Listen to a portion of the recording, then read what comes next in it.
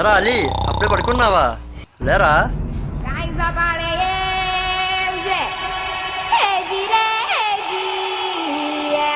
అడుగుతున్నావని కాదు, light on చేసే ఒకటి చెప్తున్నా.